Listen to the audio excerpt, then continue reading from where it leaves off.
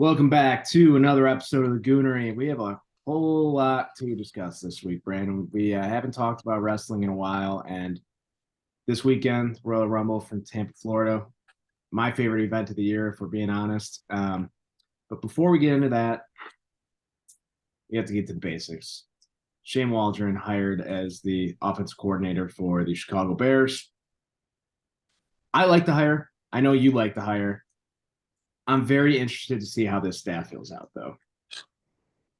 I think one of the best things is that Shane Waldron had a pretty good staff he was working with in Seattle, and it showed in the development of the wide receivers. And, you know, DK Metcalf, we knew how good he was coming out of Ole Miss, and Tyler Lockett was always Tyler Lockett. But one of the things that I would say that really interests me about this hire, well, a couple of things. Jackson Smith-Njigba, a guy that we know was an absolute stud at Ohio State, he continued to develop under Shane Waldron because it was just a matter of getting receivers involved. Like, that's his main thing. And Jake Bobo even would make plays here and there, and that's a guy that was a late round pick. Mm-hmm. But I think one thing that really stands out to me about this hire is that I know I mentioned the last episode that I thought Clint Kubiak was going to be the hire, even though Shane Waldron made the most sense. And as we know, the Chicago Bears don't always make the simple moves. That's why they're in the position they have been for the past couple of years or decades or whatever you want to call it. But I think as of right now, I think there is a lot of pause for Bears fans because of all the circumstances that has happened in the past couple of years in terms of getting an offensive mind, because there's a whole laundry list of offensive coordinators that have come to Chicago since 2000.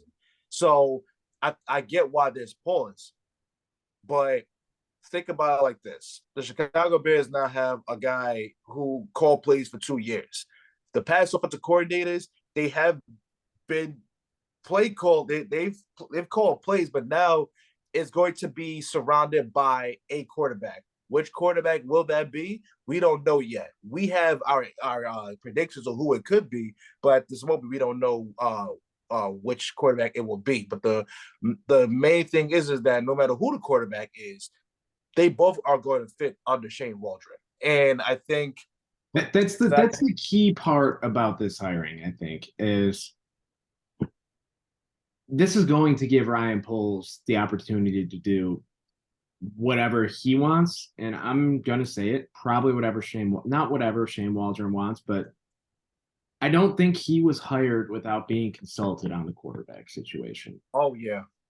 And if what we're hearing is true about Matt Eberflus going to bat for Justin Fields with other coaching candidates, Ryan Poles himself, Kevin Warren, I'm intrigued.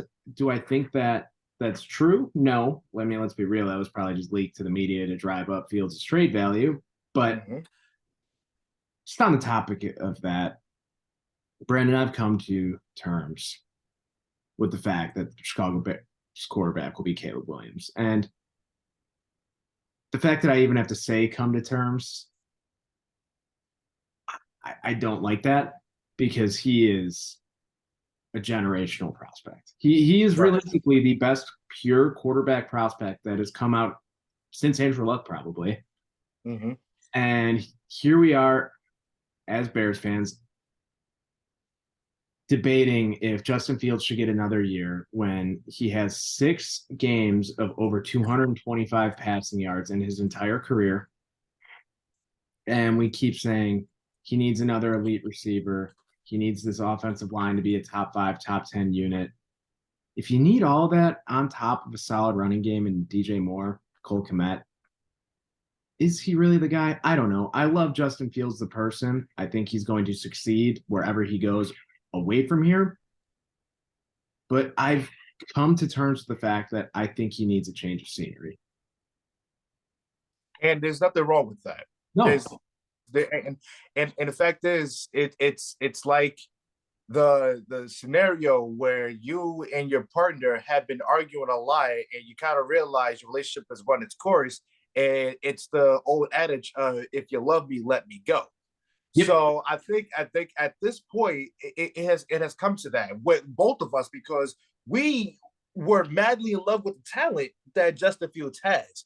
But at the end of the day, the Bears did one of the most screwed up things possible in a tank year, 1 year, and you strap him with the same offensive coordinator that completely just stripped whatever he was good at and say you're going to start over and then we're going to get rid of you. And as the offensive coordinator goes as well.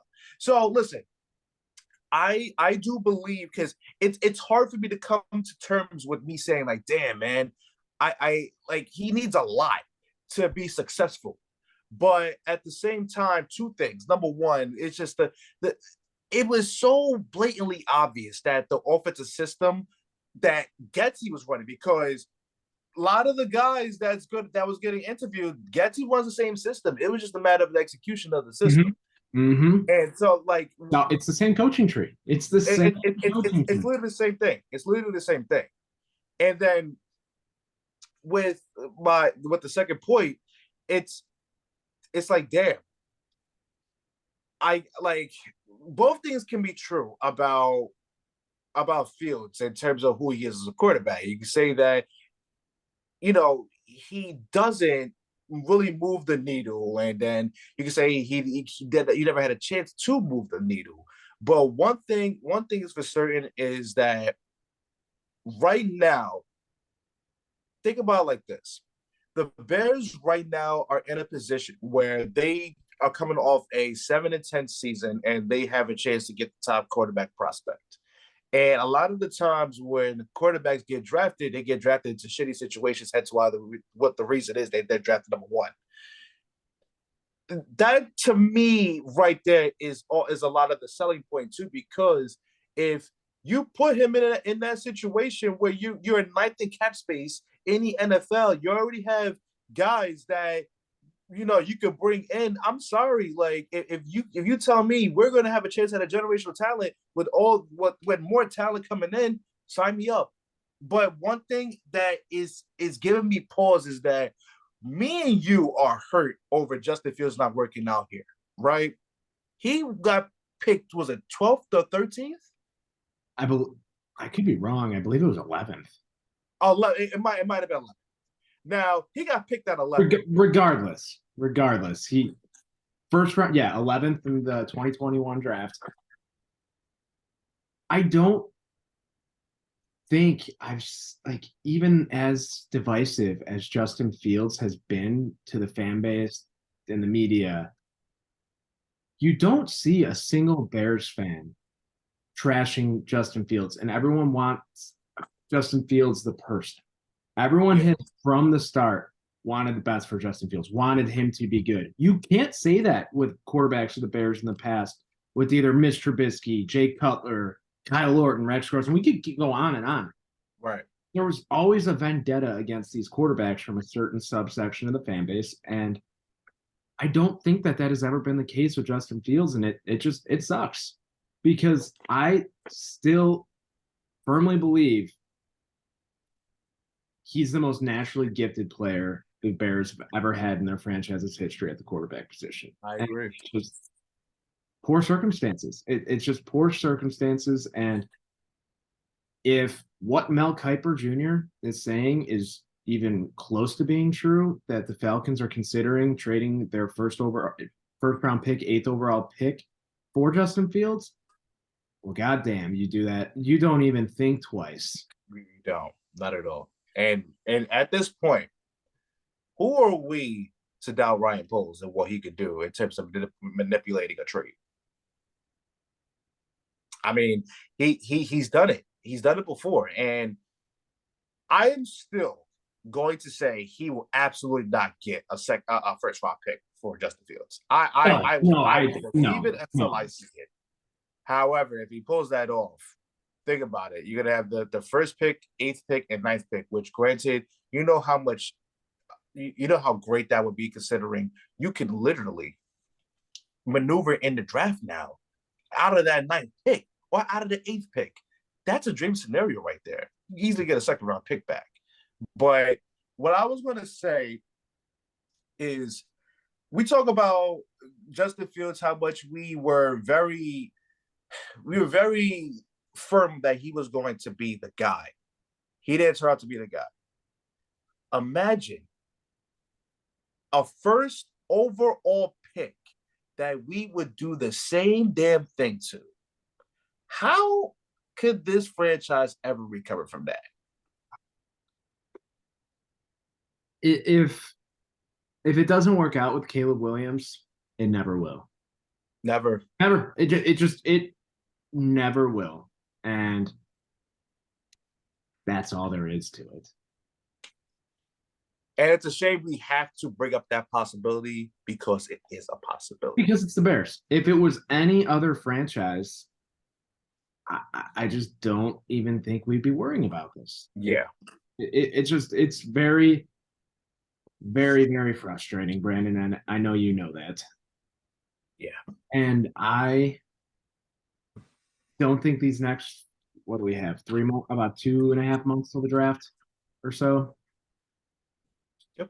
It's just going to get even worse.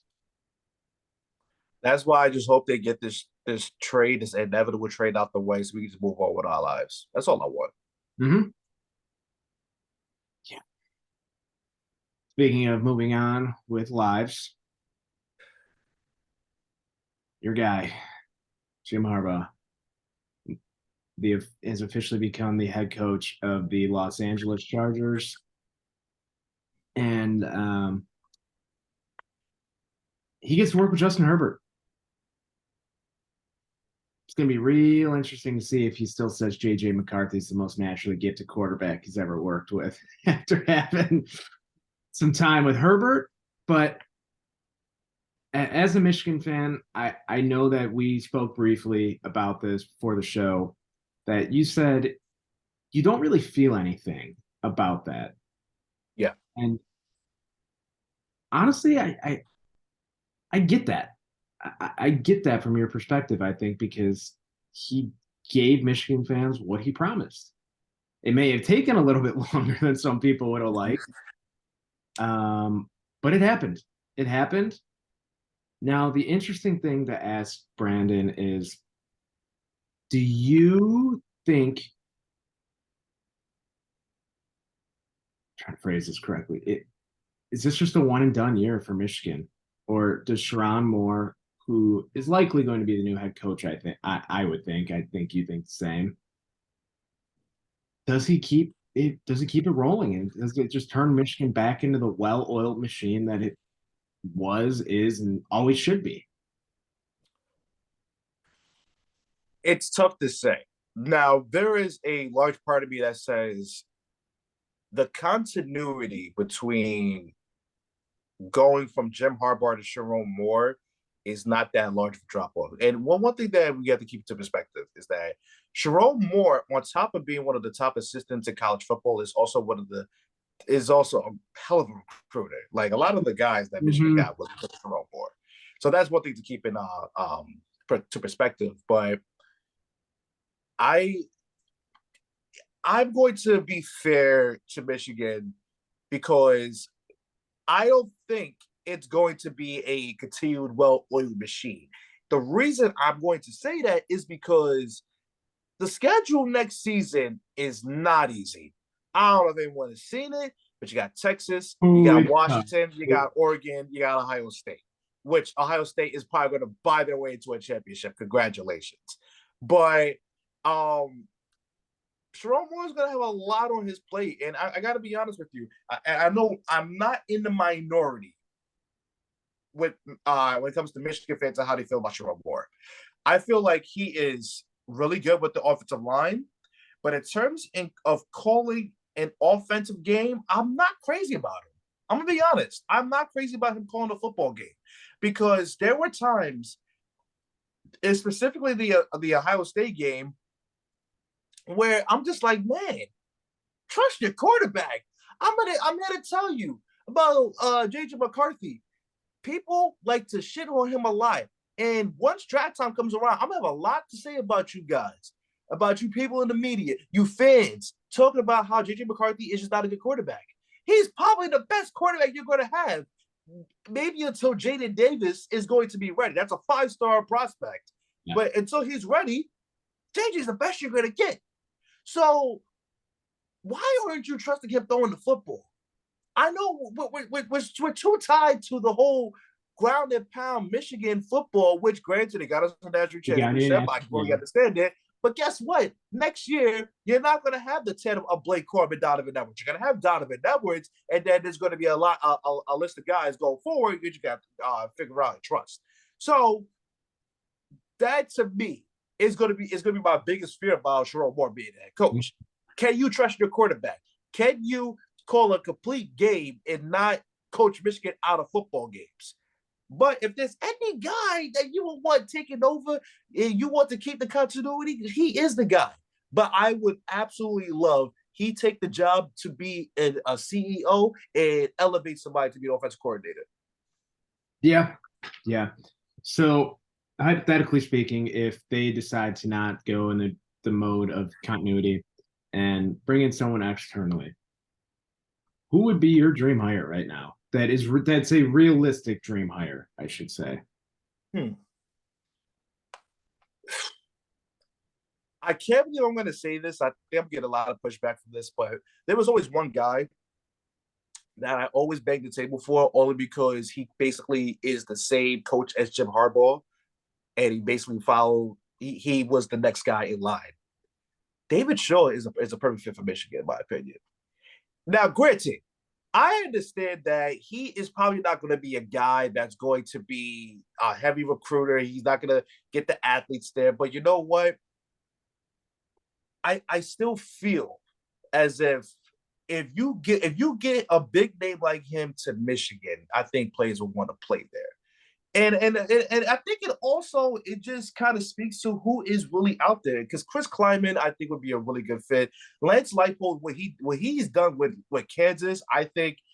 Yeah. Obviously, granted, it would definitely depend on the defensive coordinator hire. But I think he'd be a home run hire as well.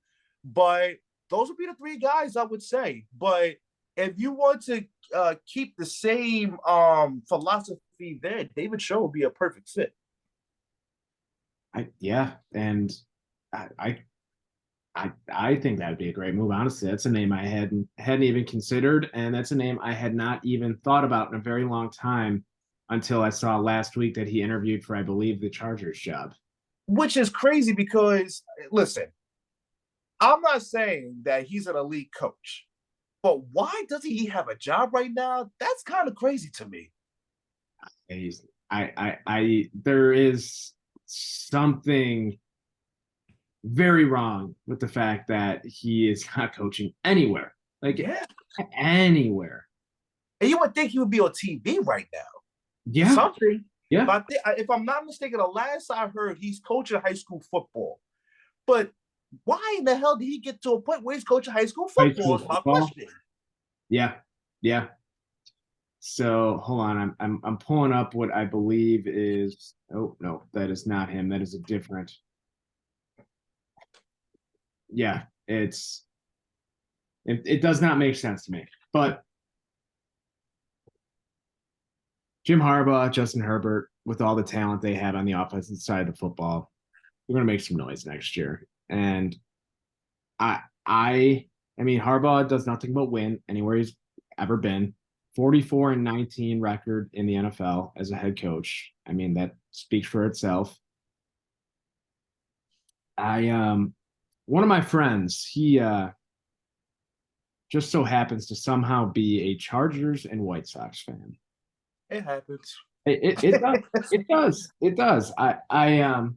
So I texted him when the news broke and I said, congrats. And he said, you know, he responded with a picture of one Justin Herbert holding the Lombardi trophy that he already had made. And then his next response was, if they don't win a Super Bowl by 2030, I might unalive myself. Which then I reminded him, I go, oh, wow, a 6-year window? Where have we heard that one before? Being White Sox fans with this rebuild that has now just been completely torn to the ground. And he goes, well, fuck me. There's no way this team is going to win more than 10 games. Anytime Well, I think as you need to be a good friend and remind them that regardless of whatever, whoever's coaching the team, they're still the Chargers. That's what it is. I mean, everyone's making all the comparisons of this new young crop of quarterbacks, right? Mahomes is your Brady. Allen is likely kind of looking like he's slotting into that Peyton Manning type role. Burrow's going to be your Ben Roethlisberger. I think Burrow is in that Ben Roethlisberger role. So. He could be. He could be. But then continuity with the Chargers, baby. Phillip Rivers to Justin Herbert. That is perfect. Can't even lie. I mean, it's yeah. Oh God. But on to the meat of today's show. Yes, sir. This Saturday we have the Royal Rumble I've been the most excited for, and I couldn't even tell you how many years, Brandon. I like that they're keeping the card small. I believe it's five total matches. I think there's no doubt that we don't even have to touch on it. Logan Paul is going to retain over Kevin Owens, I think, to bring the title into WrestleMania. On the topic of Logan Paul, I listened today while I was working for the first time ever to the Impulsive podcast, his interview with John Cena. I hate that I genuinely am starting to like Logan Paul, the human being. Wow. It's I was like, for a while, I was like, all right, I appreciate how he's taken to wrestling. He's going all in. He gives wrestlers their flowers. He understands the business. He understands the grind that they put into it. After listening to the interview with Cena today, I will be shocked if he is not a world champion in WWE at some point. Yeah, I don't think it's anytime soon, but that's just because of how stacked the main event scene is right now. Yeah, in the WWE. We went in the last 2 months, right? 2-3 months from, is Damian Priest, when's he going to cash in the Money in the Bank, right? Mm-hmm. I don't think anyone gives a flying fuck anymore when Damian Priest is going to cash in the Money in the Bank, because guess what? It's not going to be a successful cash in. And I think we are inching closer and closer to Money in the Bank being phased out. Really? Triple H does not know how to book it. He does not understand how to book it. I could see it potentially. You swap out Iron Survivor and NXT and Money in the Bank. They tested out the waters in NXT, in Iron Survivor and NXT. People like it. That's a guarantee. I love them. I mean, name me a bad Iron Survivor match. You can. Okay. And I think that if you set that up and just do a little switch, just give it a break, a breather on the main roster, because was the last successful Money in the Bank cash in The Miz, I believe, and that reign lasted 10 days. I think it was like 2 days. Wait, is it 10 days or 2 days?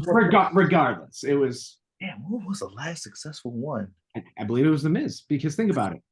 You have Priest right now, and then you had Theory, who cashed in for a mid-card title. Failed. And then I think it was The Miz before him, correct? Because he took that off of he took that off of Otis?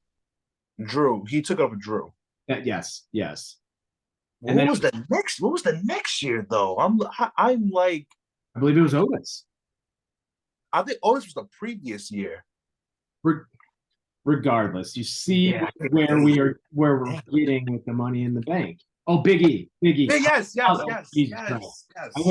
I literally yesterday, I watch it probably every few months, just like when I need a smile, I'll watch Big E cash in the briefcase. But I think we're getting to the point where we don't need the briefcase, right? Look at it, just become devalued. Damian Priest has the Money in the Bank briefcase, yet he has entered the Men's Royal Rumble match. He shouldn't need you have one, you don't need the other. That's a very dumb thing for me to get caught up on, but I just look at that and I ask myself, why? Why? I get it. Because you look at the main event scene right now. 2 months ago, CM Punk wasn't here. That complicated things. It looks like Gunther is being shot right up into the main event scene now after Monday night, and no one's complaining because best goddamn wrestler on the planet at the moment. What did I tell you on Monday? What he is? Generational. No. I said he is the perfect professional wrestler, and you are correct. Perfect professional wrestler. How comfortable he has become on the microphone. Especially, it's incredible. But then you go to the SmackDown side, right? Roman Reigns is not losing that title anytime soon. I don't even think he's losing that Mania this year anymore, if we're being honest. We'll get to that. Yeah, but you have The Rock looming now. You still have Seth Rollins, who is the World Heavyweight Champion, obviously. But then you have Cody Rhodes, CM Punk, AJ Styles is back, Randy Orton is back. LA Knight. LA Knight has shot up into the main event scene. Sami Zayn when he returns. Kevin Owens is still a main event. Drew McIntyre, Bobby Lashley. There is no shortage of main event players right now.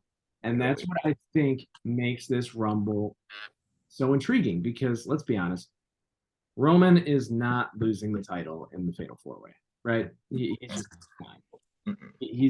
not going to. You have likely LA Knight there to take the pin, if we're being honest. Mm-hmm. And then I think he will ultimately take the United States title off of Logan Paul at WrestleMania. I think that's what everyone's been saying for months, and it makes sense. He need to strike before he cools off anymore. Give him some type of gold, see if he can run with it. Yeah. Make it relevant because if Roman is going to continue his reign of terror, LA Knight is the de facto world champion of Friday nights. Yeah. So it's a test run. But we get to the Rumble. Brandon, I think my favorite thing about this match so far, the lack of announced participants. Yep. I love it. Because last year, I mean, I've just seen the graphics side by side on Twitter from last year versus this year. There was like 25 people on the graphic last year, and I think there's like 6 right now. I believe it's Cody, Punk, Priest, Nakamura, Drew, and Bobby Lashley, I believe, maybe. I think so. Yeah. So that's exciting because you obviously have people who are going to be in the match who are on the roster that you're expecting. You're going to have Ricochet, who's going to be in for a big spot, right? Mm-hmm. Chad Gable's going to be in the match. You're going to get a couple members of the Judgment Day. R-Truth is likely going to be in this match. I don't think he will. He'll play a part, but I don't think he'll play a part. The Miz. I mean, you'll have the Miz. You have probably one or both members of DIY. You're gonna have Ivar get a big spot, I think, because quite frankly, he's earned it with how he's been wrestling on Monday nights. Mm-hmm. You're gonna have a returning Omos likely. You're gonna have Karrion Kross. Karrion Kross, and it's gonna be interesting to see if he features any of his stablemate. If any of his stablemates will be in this match, because I could see them going on a little bit of a run. Are any of the Street Profits going to be in this? The New Day is going to be in it. I do, now that you say that, I believe Kofi and Woods have. They declared? Yeah, I believe they declared. Okay. Which, no shit, Kofi Kingston's going to be in the Royal Rumble if he's not. Yeah, you can't keep him out. You can't do it. And then Jey Uso will likely be in as well, right? So that still leaves us at about, I don't know, in that 15 to 20 range of guys that we can feasibly see, right? I personally if I'm booking this match, Cody Rhodes is coming in at number 1. I agree. You have to bring Cody Rhodes in at number 1, and he's going to lose this match in heartbreaking fashion. I don't know how it's going to happen, but he's going to lose this match in heartbreaking fashion. Your 3 heavy favorites: Cody Rhodes, CM Punk, and after Monday night, Gunther. Yeah. And if you're listening to this and haven't seen the reports, came from Sports Illustrated, which I thought Sports Illustrated went under earlier this week. But supposedly, the plan is not for Gunther to win the Royal Rumble. He will face Seth Rollins for the World Heavyweight title. The Rock is going to face Roman Reigns for the Universal Championship. And that's going to leave CM Punk and Cody Rhodes in a singles match on the card. Do I buy that? No. But the fact that we are talking about it is exactly what the WWE wants. Yep. When has there been this much? I mean, literally, we went from a week ago it being I would argue a surefire thing that CM Punk was going to win this Rumble, right? Mm-hmm. Do we know anymore? No. And that's the way it should be. If I'm booking this match, your final 4 are going to be likely. I would do the 3 names we've mentioned: Gunther, Punk, Cody, and Jey Uso. Yeah. And I think you have to have some type of screwy finish where Jey Uso and Cody are screwed over by the bloodline. I think that's the way you have to play this. And then you'll get Cody. I know you'll love this. Cody crying about how he needs to finish his story, right? Oh, I'd rather watch paint dry and watch him cry again. So I don't know about you. I think it's CM Punk's Royal Rumble to lose. I don't think he necessarily needs it, because if The Rock was not in the picture, right? Mm-hmm. Cody is winning this Rumble because that is his path to Roman Reigns. From Raw to SmackDown, that is his path there. And then that you naturally set up Punk and Rollins. Yeah. I don't think that's going to happen, though, Brandon. Cody Rhodes is getting CM Punked in 2013 right now.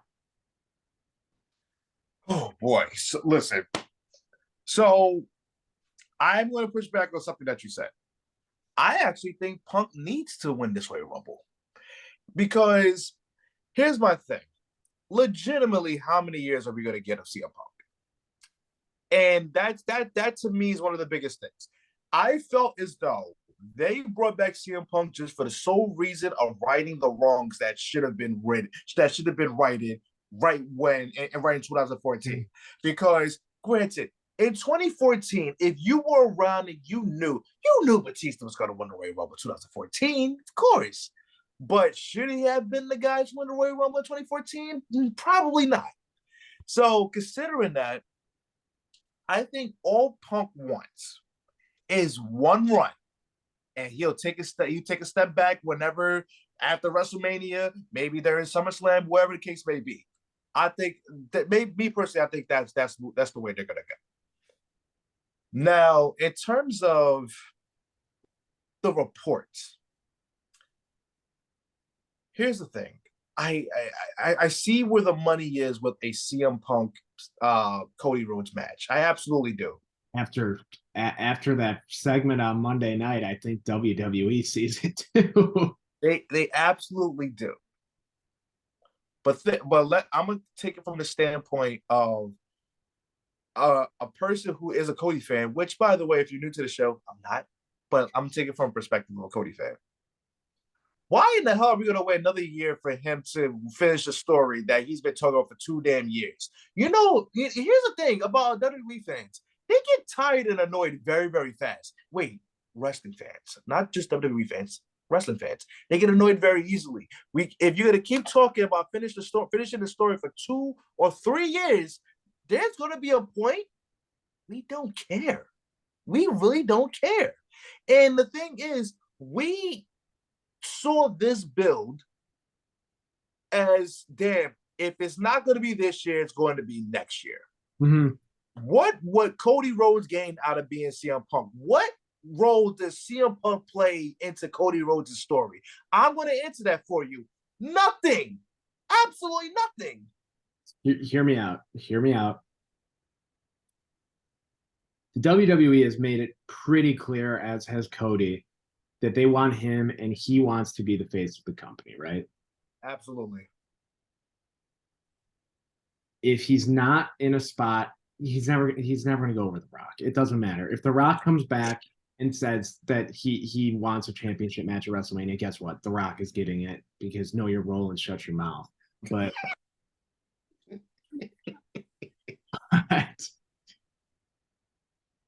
this is an opportunity to really push Cody into the mainstream, because let's be honest, on the WWE's current roster, there is one person who has legitimately entered the mainstream, and that's CM Punk. Yep. If you get those eyeballs on him from a casual viewer, people will start to remember and see the name Cody Rhodes. That's just the way I look at it. Do I think that's the route they should go? No, because quite frankly, I don't think they need to do that to make Cody the face of the company, because not at all. He is the white meat babyface that this company has been looking for since John Cena. Correct. And actually, he's going to be on the cover of 2K24. Yeah. You enter the mainstream when you're on the cover of the video game. Yeah. Because outside of, let's say, probably AJ Styles, I would argue all of the 2K cover stars are somewhat have mainstream crossover. I mean, Rey Mysterio, John Cena, Stone Cold Steve Austin, Brock Lesnar, Roman Reigns, and Becky Lynch. They have, I mean, definitely Roman Reigns. Becky Lynch is getting to that. But yeah, definitely, for sure. And before you know, because listen, non-wrestling fans are starting to know who Rhea Ripley is. and once it might not be for the right reasons, but depending on who you ask. Yeah. and it's funny too, because even Bianca Belair, she's got a show coming out with Montez Ford. Yep. Boom, right there. So yes, that is absolutely mainstream appeal. So I agree with you on what you said, but this is Punk's one run. I do think that is a very solid point. I think if Cody does not win the Royal Rumble here, I think this starts a very interesting slow burn Cody Rhodes story. Not that the finish of the story has not been a slow burn, but it you know how when Roman last year held up the title, and then the next night on following night on Raw or SmackDown, whatever, he came out and they gave their promo. Paul Heyman said it was in the third inning, right? Yeah. I think we might be in like the sixth inning of Cody Rhodes finishing his story right now. CM Punk made a very interesting point in his promo on Monday night, saying that he is more like Dusty than Cody ever will be, right? Mm-hmm. Cody loses the Rumble. He doesn't have a clear path to Roman Reigns. He somehow finagles his way into a number one contenders match at the Elimination Chamber in the Chamber, right? He gets screwed out of that by the Bloodline. Roman Reigns wants nothing to do with Cody Rhodes. Maybe Cody is more like his dad than CM Punk gives him credit for, and this starts a hard time storyline with Cody Rhodes. And it's not going to be that Homelander type of gimmick we talked about. Cody's dad was the American dream, right? Well, Cody's living his American nightmare because he can't finish his story. Damn. Damn. Damn, that was good. That was good. Oh I was man. tossing that idea around in my head earlier, and it sounded a lot better coming out than I thought it was going to. I can't even follow up with that shit, man. I was so damn good. Hey, I don't like my job. If WWE wants to give me a spot in the writer's room, you know where to find me. Hey man, listen. Damn, how do I follow that shit up? Listen, what I would say is this. Wouldn't it be very interesting if this character is not the character that wins the WWE championship? That's what that's like what I'm that. getting at with this, because he went out on his own. He didn't want to be like his dad, who can never get it done, right? Yeah. But then he comes to the realization, maybe I do have to be more like my dad, because I'm living this nightmare. My dad had the dream. He might not have officially won the WWE championship, but guess what? Like, I need to be more like him. Yeah. And it all then leads back to a program with CM Punk.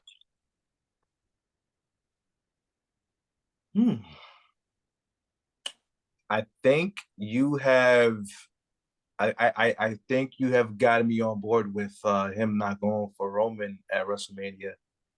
I think you because before this, completely off board with him. And this is coming from someone who's not a fan. Completely off board with him And because this is coming from someone who on this podcast is the Cody Rhodes meat rider. correct. Like, that is, and I just think that you have to find a prominent spot for him on the card. I don't know what it would be. Probably a singles match with Randy Orton, maybe. I don't know. Maybe a singles, like, I don't know. Or maybe him and Jay Uso versus Solo and Jimmy. I don't know. I don't like that, but he would still need a prominent spot. Maybe, maybe they do the passing of the torch moment with Cena and Cody. Which is interesting because if Randy Orton was going to be a topic of conversation, I felt like that, like because he talked about the whole John Cena aspect and how he would like to have one more match with him, especially at WrestleMania. That may be a spot for him, but I feel like at this point the spot for Randy Orton is probably Solo Sikoa at WrestleMania. Yeah. I think it makes most sense, but I honestly it has to be either Roman or CM Punk, or if they're gonna go with that triple threat or fatal four way, whatever the fuck they want to do. I don't know. Maybe that is. But yeah. So now let's talk some Rumble predictions, right? All right. So I think we're both on board with the fact our winner is going to be CM Punk. Yes. I want to ask you, who's the Iron Man this year? Jey Uso. Chad Gable is mine. Great pick. Great pick. I really, really, I don't know how they're going to build him back up to it, but God, I would love to see him become the Intercontinental Champion. I would still love to see him be the man to dethrone Gunther, but it's not going to happen. If Gunther wins the Royal Rumble, that opens up the lane for him to win the Intercontinental Championship too.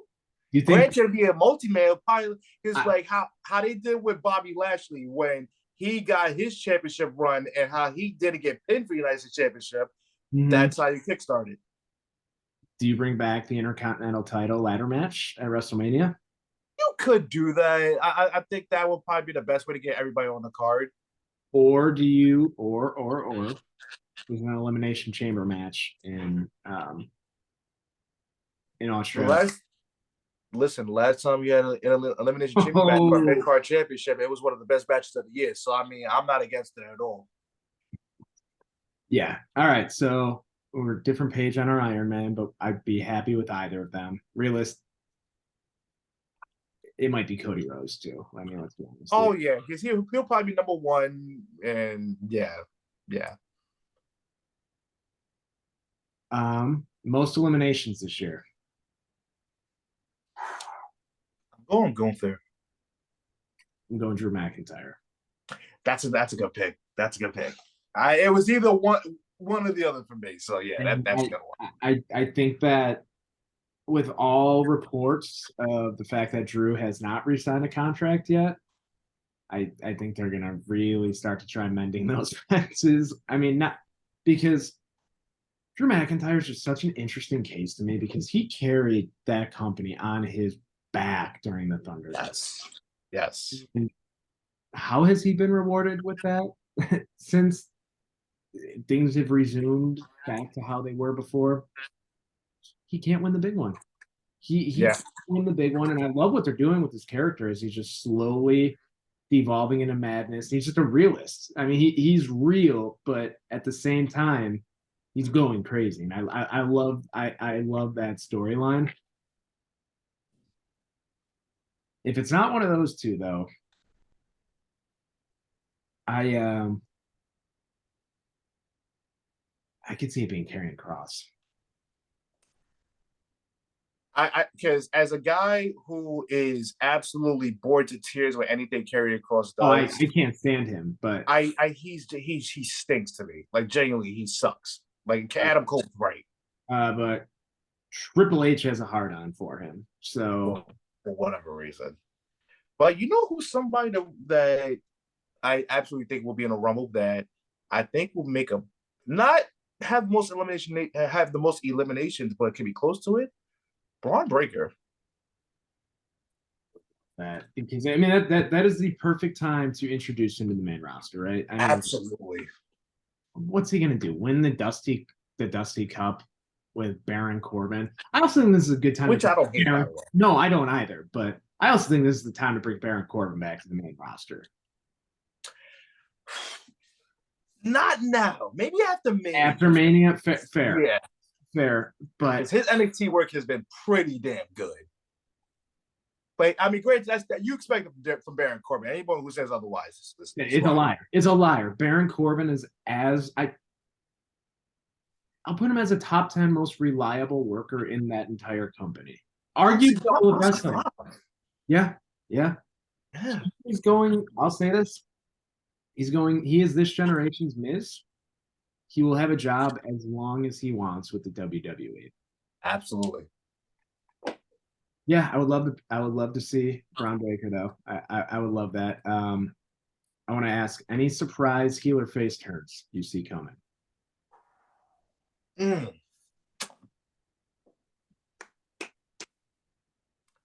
Not at the moment. I don't have anything for that. I personally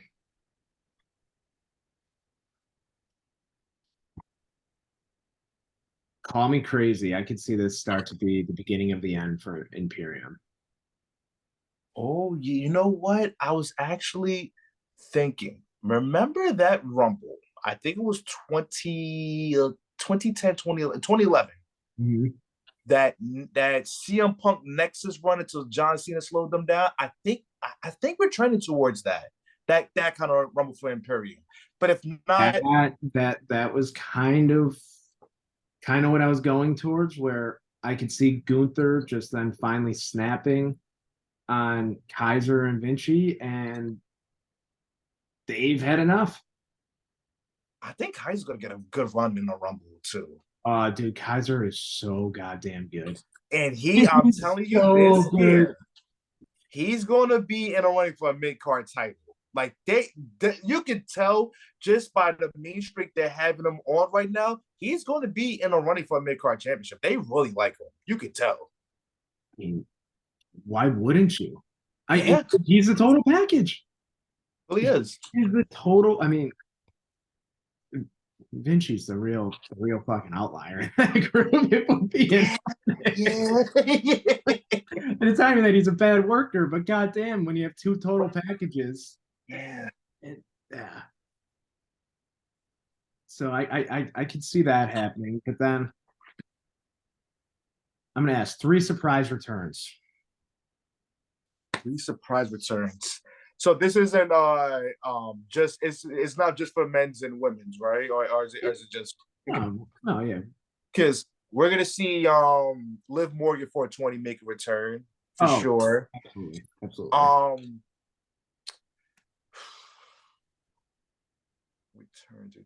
I think Jay Cargill will make her debut in the Rumble as well. I mean, there's no better spot for her to make her. Yeah.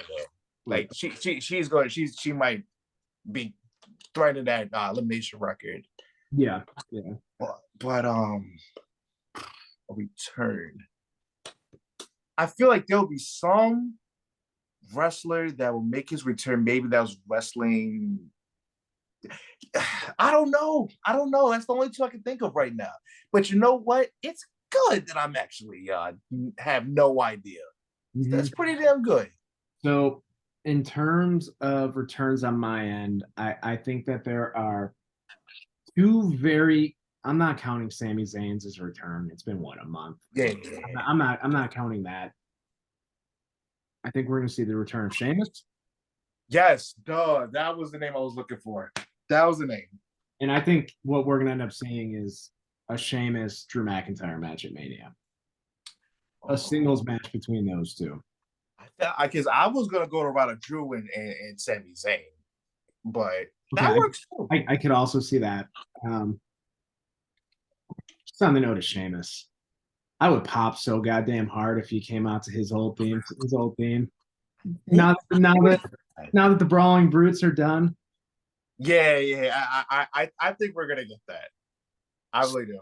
Speaking of an underrated Iron Man this year, I could see Pete Dunne. Yes. That'd be really good. And just that considering the promos that have been going on with him and Tyler Bate, 10 out of 10. They are an example of why you need to split the damn tag team championships already. There's too much tag team talent right now. And do you want to know what's crazy, just on the topic of the tag team division? DIY in the year 2024 does absolutely nothing for me, and I can't believe I'm saying that. Their mystique is gone. Maybe it's the music, or maybe it's the fact that it's taken a long time, but I just think they lost the allure of their characters, or maybe they're just not, they're not showcasing their characters enough. But I just because there's no reason that they should not translate to the main roster. There's absolutely no reason. But it is one of those scenarios where it could have happened sooner, but considering it didn't happen sooner, they're paying for it. No, that is a very valid point. But if the tag team titles are not split after WrestleMania, they have a problem on their hands. I don't know what the fuck they're doing. Yeah. There are probably 10 legitimately very good tag teams on the main roster right now. Dude, the tag team showcase can be for the inaugural tag team championships. Boom! Hey, there we go. I mean, think about it. On SmackDown alone, right? Tyler Bate and Pete Dunne now. Mm-hmm. Are they calling themselves British Strong Style? Is that what they're calling themselves? I hope so. I hope so too. So you have them. You have Pretty Deadly. You have, I mean, you can Street Profits. Yeah, I was gonna say Street Profits. You have AOP now. Hey. You can honestly probably say Jay and Solo, Jimmy and Solo, if you really wanted to go there. You have Humberto. Yep. And then and then you have the LWO still. There are a lot and that's just on SmackDown, right? Yeah. You go over to Raw, you have the Alpha Academy, who is just one of the most entertaining things on WWE programming right now. It's the Creed brothers. DIY, I know we just said that, but you're never going to get a bad match out of it. Yeah. And it's looking like you're going to have an Awesome Truth reunion. Yes. Face Awesome Truth reunion. Down for that, by the way. I'm fully into it. I'm down for that too. And then you still have Judgment Day, Imperium. It goes on and on and on. There's a lot to be done, and if you split them, you're gonna get more people. You're gonna get more TV time for people. That's all it comes down to. Yep. Oh, Yep. we didn't even mention the goddamn New Day. Yeah. Yeah. Most reliable tag team. If you want a tag team to get over, boom, there you go. Yep. But there are two names in particular that I think, going back to returns, who we haven't mentioned yet. Brock Lesnar's going to come back, and Yes. he is going. I think Papa Paul is going to give people what they want with Gunther and Brock at Mania. I hope so. I really hope that's the move. But you know,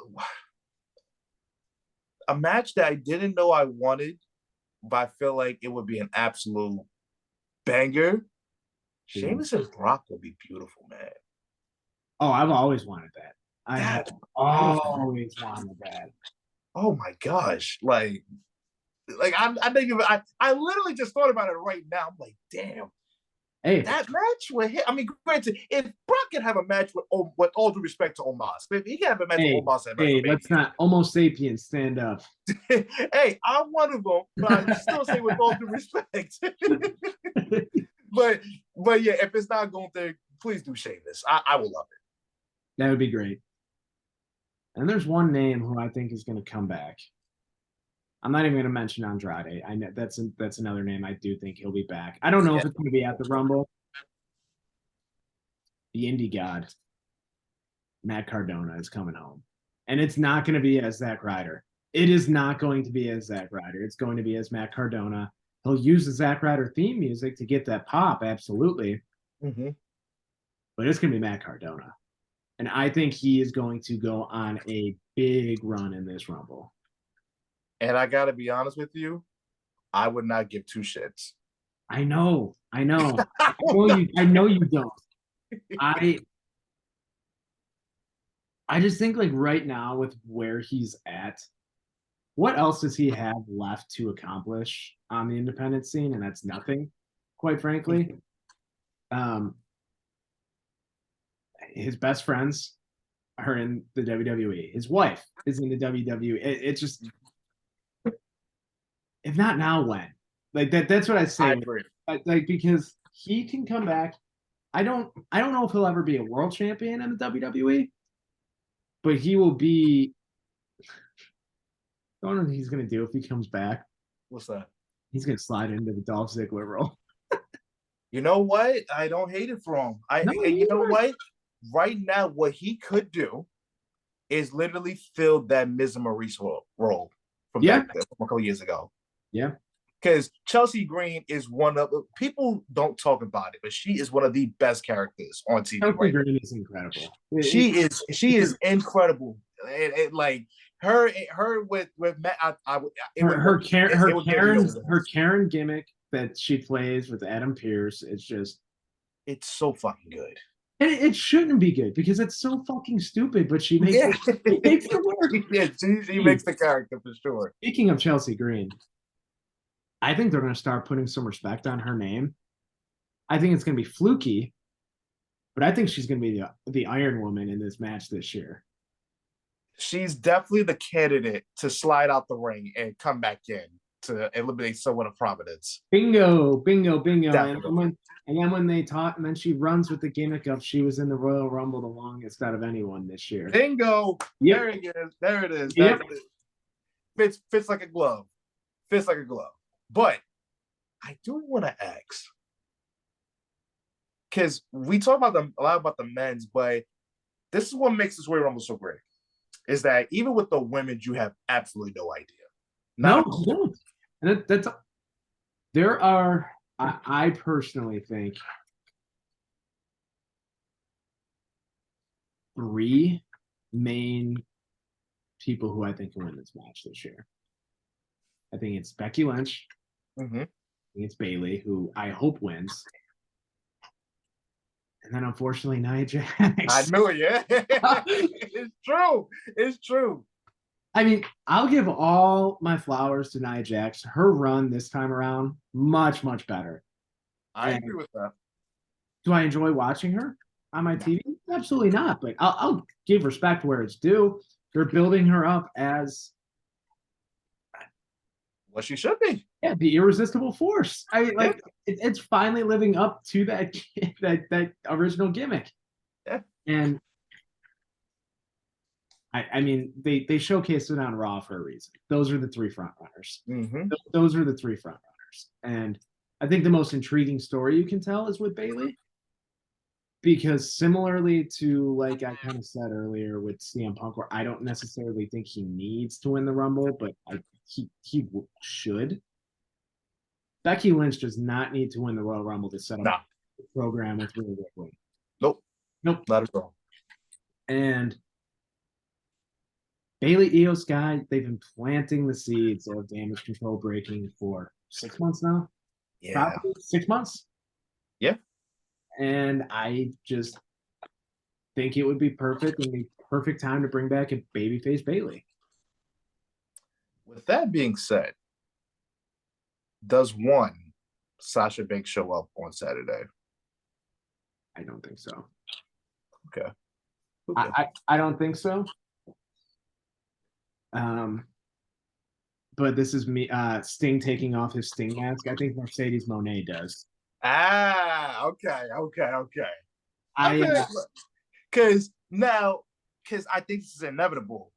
Does Trinity show up or Naomi show up? Fuck. I'll put it this way. I take that back. I don't think that under the WWE umbrella it will ever be Mercedes Moné. It's always gonna be Sasha Banks. Yeah. Which will also mean Naomi. Well, it will be Naomi and not Trinity. I can see a world though. Naomi, Trinity, Naomi, whatever. She will come back with her WWE entrance, her WWE theme, the gimmick. I mean, I don't know about the gimmick, but for the pop at the Rumble, could you imagine if the lights go out and she will get a massive pop if the lights go out? She comes out in the neon. Like, I see a scenario though where if Mercedes Moné and Sasha Banks comes back, she's using her new theme song that she's been using in Japan and on the Independents. Yeah, I can see that. But if all the reports of her asking for more money than Charlotte Flair are true, I don't know. I don't know if she comes back. I hope she does, because goddamn, I love watching her perform. It's who are you telling? Yeah. I mean, hey, Lord knows they can fucking afford it now with that $5 billion Netflix deal. Which is why I think that kind of opened the door for something. Yeah. And speaking of opening the door, pivoting away from the women real quick with that Netflix money. Are we going to see Okada on Saturday? I don't think we will see him Saturday. I do think, here's the thing. I know we talked about him starting in NXT. I kind of don't buy it. Although I don't hate it either. Although I think he's bigger than NXT. He's bigger than NXT, 1,000%. So here's the thing. He is closer to AJ Styles than he is to Shinsuke Nakamura. I agree. People in the US are familiar with Okada from AEW, from TNA, from when it was Impact. I mean, he has familiarity in. There's no way he goes NXT. I don't buy it. I think he'll spend like a little bit of time in the performance center and then boom, he's right up there. But hey, if you want to give Shinsuke a match at WrestleMania, I mean that's money right there. Yeah. Literally money. That's something I hadn't even thought about. But hear me out now that I'm thinking about this. If we're not getting Brock Gunther, goddamn, sign me up for Gunther Okada. Do you know how red everybody will be after that damn match? it would be a war. Someone will have to go.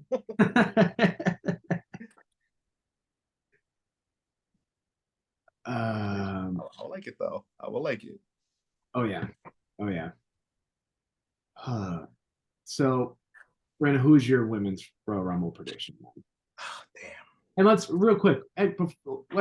Before we get to winners, let's do the same superlatives that we did for the men's. Sure. Who's gonna be your Iron Woman? The Iron Woman of this match. I'm gonna go Becky. I think she will start from either the 1, 2, or 3 spot. Legitimate Iron Woman? Yes. I do believe it will be Becky Lynch, but in storyline, I'm still on the Chelsea Green train. Okay. Most eliminations. Nia Jax, easily. But Jade will challenge that. Mm-hmm. She would challenge it for sure. Mm-hmm. That is. I am going to play this one a little differently. Okay. I think it's going to be Bayley. Really? Like the sneaky slide eliminations where she. Mm-hmm. Okay. Mm-hmm. Okay. And telling you right now, she is going to eliminate one or more members of Damage Control in this match. I think she's going to eliminate 2 at the same time. Hell, it might even be the win. Yep. I would love to see that. Let me just be on the record. I do not want Hugger Bailey back. Absolutely fucking not. I'm good. I'm good on that, but just she's been a heel for how many years now? Like 3 straight? What? I mean, 3 straight, but then like a little bit of a break and like a little bit of a face turn and back to being a heel. Yeah. Damn. That Hugger gimmick did not have a long lifespan as I thought it did. No, I mean, it was maybe 2 years on the main roster, and that was 15 to 17, probably. I think it was maybe 16. I think 16 to 18, and to a little bit to 19. Mm-hmm. Yeah, fair. Do you see any surprising healer face turns? I honestly, I mean, granted, I don't know how surprising it's going to be, but I do think that the damage control is the most. I think it's almost obvious at this point, and that's okay. I just want wrestling fans to understand not everything needs to be a jaw-dropping surprise. Literally. Follow these storylines for weeks, months, sometimes years at a time, waiting for the payoff. And you can see where it's going, and that's okay. You're just building to a moment. Appreciate the moment when it happens. Mm-hmm. That is the one thing I appreciate the most about Triple H, I think, is long-term storytelling. Yes. He has his flaws, obviously. I'm not up here saying that Triple H is God. I'm not an AEW fan and kissing the ground that Tony Khan walks on. Right. I just want it known. Triple H does long-term storytelling very well. And the first moment you catch a whiff of there being potentially a long-term story, I get excited. Personally, I do. And then your winner. I know we mentioned it, but let's just finish the show with our winners' predictions. I think it's going to be Bayley. I just think she makes the most sense at this point. So I'm going Bayley. Brandon, I'm excited. I can't wait. I said it at the start of the show. I'm excited. And if you are listening to this, watching this, and you are a wrestling fan hosting for your friends who are casuals, don't really watch, I've crafted a new Royal Rumble drinking game. I will be posting it on Twitter. You can find my @. It is listed here. There are 15 rules. I'm not going to read through all of them at this point in time. Mm-hmm. I believe the rules with how they are written, they will have you drunk, but they will not have you inebriated. So that is what we were going for with this thing. Oh man, I can't wait to see this because I'm at the partake. But no, literally, this is one of those rumbles. You get your friends together, you get a good meal, you get a beer or whatever the drink you like, and you just enjoy. Oh yeah. Oh yeah. I mean, it's funny. A few weeks ago, my some of my roommates from college, they knew every year when we were in school, I would make a big deal about the Royal Rumble. Mm-hmm. When I got the text in the group chat saying, "Are you hosting something for Royal Rumble?" My heart grew 3 sizes. My heart grew 3 sizes, and I'm excited, and this is the most excited I've been for honestly any WWE event since WrestleMania last year. This is the most excited I've been since SummerSlam, and I hope it doesn't end up like SummerSlam. Bingo. Yeah.